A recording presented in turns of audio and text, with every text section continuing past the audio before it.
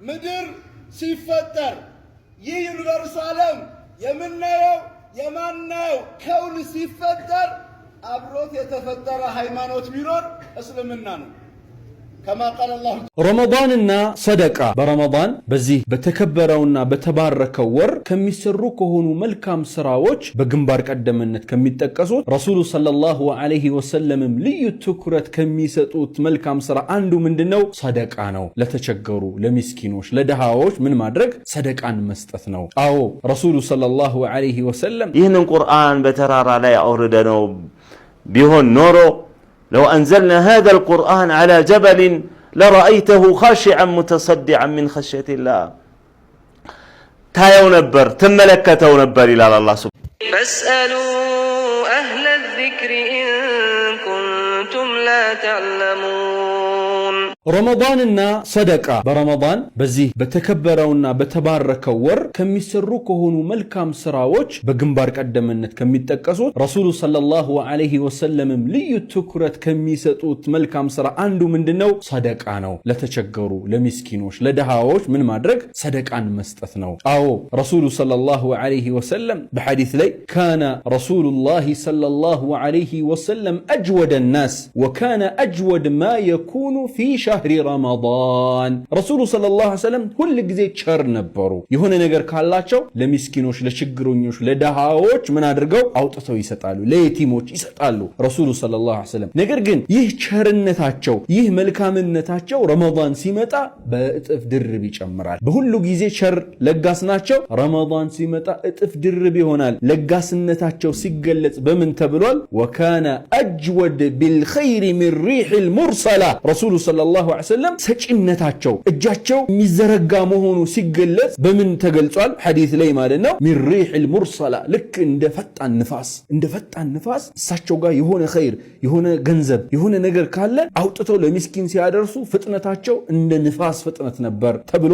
ሐዲስ ላይ ተገልጿል። አዎ ረመዳን የኸይር ወር ነው። ከኸይር ስራዎች ደግሞ በግንባር ቀደምነት ከሚጠቀሰው ሰደቃ ነውና በሰደቃ ላይ እንበርታ በምንችለው። ሰደቃ የሀብታም ብቻ አይደለም። ሰደቃ ብር ያላቸው ብቻ አይደለም። ሁሉም በአቅሙ ሰደቃ ማድረግ ይችላል። 10 ብር ያለው በ10 ብሩ፣ 100 ብር ያለው በ100 ብሩ፣ 1000 ብር ያለው በ1000 ብሩ፣ በሚሊዮን በቢሊዮን የሚያንቀሳቅስም በዛው ሰደቃ ክፍት ነው በሩና በተለይ አሁን ባለንበት ሰዓት ደግሞ ትንሽ አዱንያዋ ጨነቅነቅ ያለች ኑሮ የተወደደበት ብዙ ግራ የገባቸው ብዙ የተቸገሩ ብዙ የተጨነቁ በርካታ ሰዎች ያሉበት ስለሆነ ይህንን የተባረከውን የረመዳን ወር አስቤዛ ማለት ነው እያደረግን ለጎረቤቶቻችን ችግረኛ ለሆኑ የሚያፈጥሩበትን ስሑር ማለት ነው ጾም የሚይዙበትን እንዲህ አይነት ኸይር ስራ በማድረግ ሁላችንም እንረባረብ። ሁላችንም ያቅማችንን ከተረባረበን ኢንሻአላህ የሚቸገሩ ቤት ልጆቻቸው የሚያለቅሱባቸው ቤተሰቦች በጭራሽ አይኖሩም። ኢንሻአላህ እንበርታ፣ እንረባረብ። አላህ ይቀበለን። ጀዛኩሙላሁ ኸይራን። ወሰላሙ አለይኩም ወራህመቱላሂ ወበረካቱ።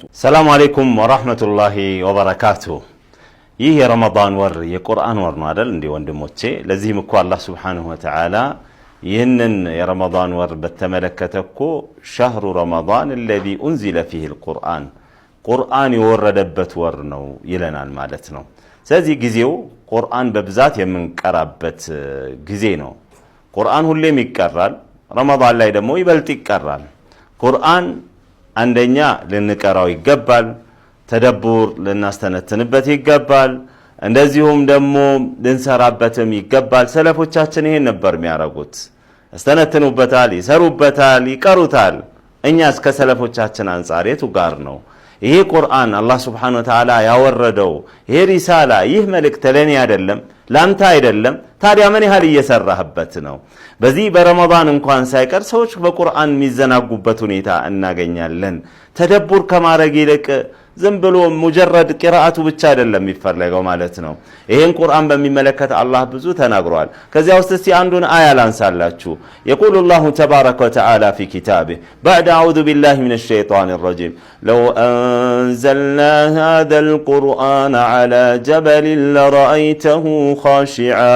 لرأيته خاشعا متصدعا من خشية الله وتلك الأمثال نضربها للناس لعلهم يتفكرون.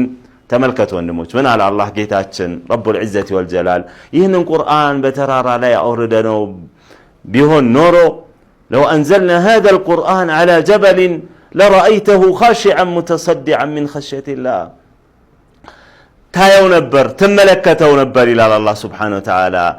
ከአላህ ሱብሓነሁ ወተዓላ ፍራቻ የተነሳ ተሰንጣቂ ሆኖ ተዋራጅ ሆኖ ታየው ነበር በማለት አላህ ሱብሓነሁ ወተዓላ ይናገራል ማለት ነው። ታዲያ በኒ አደም ልባችን ምንድነው ያለው? በዚህ ቁርአን ተደምመናል። በዚህ ቁርአን ያኒ በጣም በመቅራት ቢዚ ሆነናል። ተፈኩር አድርገናል፣ ተደቡር አድርገናል። ከዚያ ውስጡ ያለው ምስጢር ካወቀን በኋላ ሰርተንበታል። በዚህ ላይ ልንለፋ ይገባናል። ዛሬ ሰዎች ከቁርአን ቢዚ የሚያረጋቸው ነገር መጥቷል። የቁርአን ተቃራኒ ነው ዘፈን። ሐታ በረመዳን ዘፈን የሚያቀነቅኑ አለው ማለት ነው። እንኳን በረመዳን ይቅርና ከረመዳንስ ውጭ ቢሆን ሙስሊም የሆነ ሰው የሸይጣንን መዝሙር ያቀነቅናል፣ ያንን ያዳምጣል። በፍጹም ማለት ይርቃል ከዚህ። አላህ ሱብሓነሁ ወተዓላ ዘፈንን በሚመለከት ምን ይላል? كما في سورة لقمان ومن الناس من يشتري لهو الحديث ليضل عن سبيل الله ويتخذها هزوا أولئك لهم عذاب مهين. كسوش مكاكل قالوا على الله كسوش مكاكل أتالي ورين يمي جزاء الليلة.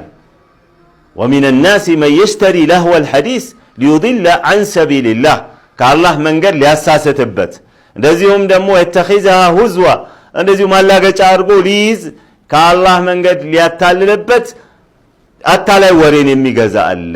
እንደነዚህ አይነቶቹ ደግሞ ምን አላቸው ይላል? ኡላኢከ ለሁም ዐዛቡ ሙሂን አዋራጅ የሆነ ቅጣት አላቸው፣ የጀሃነም ቅጣት አላቸው። ይህንን አያ በሚመለከት ለህወል ሐዲስ የሚባለው ምንድነው ይላሉ። የቁርአን ታላቅ ሊቅ የሚባለው አቂ የሚባለው በቁርአን ትልቅ እውቀት አለው ከሚባሉ ሰሃቦች መካከል አንዱ አብዱላህ ኢብኑ መስዑድ ረዲየላሁ ዐንሁ አርዳ በዚህ አያ የተፈለገው በአላህ ምሮ በአላህ እየማለ ይናገራል። በዚህ አያ ዘፈን የተፈለገበት ለህወል ሐዲስ ረመዳን ላይ ሲሆን የአረብኛ የሱዳን የምናምን ይሆናል። ሰዎች አሁን ጭማቂ ቤት ምናምን ታገኛቸዋለህ የሱዳን ዘፈን ሲሰሙ ማለት ዚክር እኮ አይደለም። የሱዳን ዘፈን ሁቢ ምናምን ፍቅሬ ተቃጠልኩ አበድኩ እኮ ነው አለን። ሱብሃንአላህ ዘፈን በእንግሊዘኛም ተዘፈነ፣ በአረብኛም ተዘፈነ፣ በሱዳንኛም በማንኛውም ቋንቋ ተዘፈነ የሸይጣን መዝሙር ከመሆን አይወገድም። ስለዚህ ልባችንን ለሸይጣን መዝሙር ማድረግ የለብንም። ይሄው ታላቁ ሰሃባ ዘፈንን በሚመለከት ምን ይላል? ዘፈን የሚባለው ينبت النفاق كما ينبت الماء البقل ንፍቅናን ያበቅላል። ምን ዘፈን ንፍቅና እንዲበቅልብን እንፈልጋለን ወይ ልባችን ውስጥ? ሱብሃንአላህ ልክ ውሃ አዝርት እንደሚያፈራ ሁሉ ይሄ ዘፈን የሚባለው ንፍቅና እንዲበቅል ያደርጋል በማለት ይናገራልና ራሳችንን እንጠብቅ። ልባችንን ነው የሚያደርቀው ማለት ነው። ተመሳሳይ ደግሞ ይሄ ቅላጼ ያላቸው መሳሪያ ያላቸው የተለያየ ደግሞ በጀማዓ የሆኑ ይሄ ዑለማዎች ሁሉ ከንነውታል ማለት ነው። ይሄ አይደለም ትልልቅ ዑለማዎች አናሺድ አልኢስላም የሚባለው ማለት ነው የኮነኑትና ውድቅ መሆኑን ከዚህ መራቅ እንዳለብን አስቀምጠዋልና ልንቆጠብ ይገባናል። ጊዜያችንን በአግባቡ በቁርአን እናሳልፍ። ነገ ቁርአን ለኛ ማስረጃ ወይ መረጃ ስለሚሆንብን ነቢያችን አልቁርአን ሁጀቱን ለከ አው አለይከ ቁርአን ላንተ አስረጅ ይሆንልሃል ወይም ባንተ ላይ አስረጅ ይሆንብሃል በማለት ተናግረዋልና በቁርአን ቢዚ ሆነናል ወይ? በቁርአን ሰርተናል ወይ? የቁርአን ሰዎች ሆነናል ወይ? ለቁርአን ጊዜ ሰጥተናል ወይ? ሚስጥሩን አጃኢቡን ቀስመናል ወይ? ወስደናል ወይ? ጂኒዎች እኮ ተደምመውበታል በቁርአን አንድ የሰሙ ልባቸው ላይ ተጽዕኖ ፈጠረባቸው። ኢና ሰሚዕና ቁርአንን አጀባ ይላልና እኛም ለቁርአን ልባችን ንስጥ ትልቅ ደረጃ እንወጣለን። አላህ የቁርአን ሰዎች ይበለን። ወሰላሙ አለይኩም ወራህመቱላሂ ወበረካቱ። ኢስላም ማለት ሰማይ ምድር ሲፈጠር ይህ ዩኒቨርስ ዓለም የምናየው የማናየው ከውን ሲፈጠር አብሮት የተፈጠረ ሃይማኖት ቢኖር እስልምና ነው።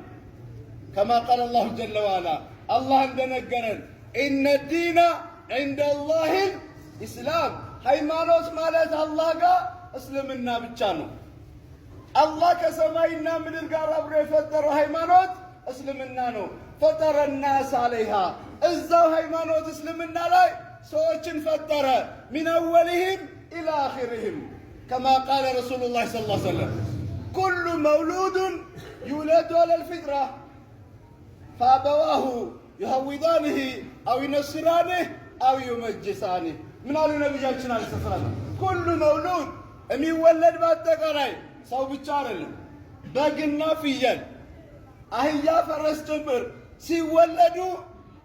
ሲወለዱ መቼም የገጠር ልጆች ከብት ያገዳችሁ ታውቃላችሁ። ስታግዱ ወይ ፍየል ወይ በግ ወይ ወጣ ደግሞ ፊቱ ወደ ላይ አንጋጦ ነው የሚወጣው ነው አይደለም፣ ተደፍቶ ነው የሚወጣው። ፊቱ ወደ ታች ያውም ሁለት እጁን አስቀድሞ ከዛ በኋላ ጭንቅላቱን አስከትሎ ተደፍቶ ነው የሚወጣው።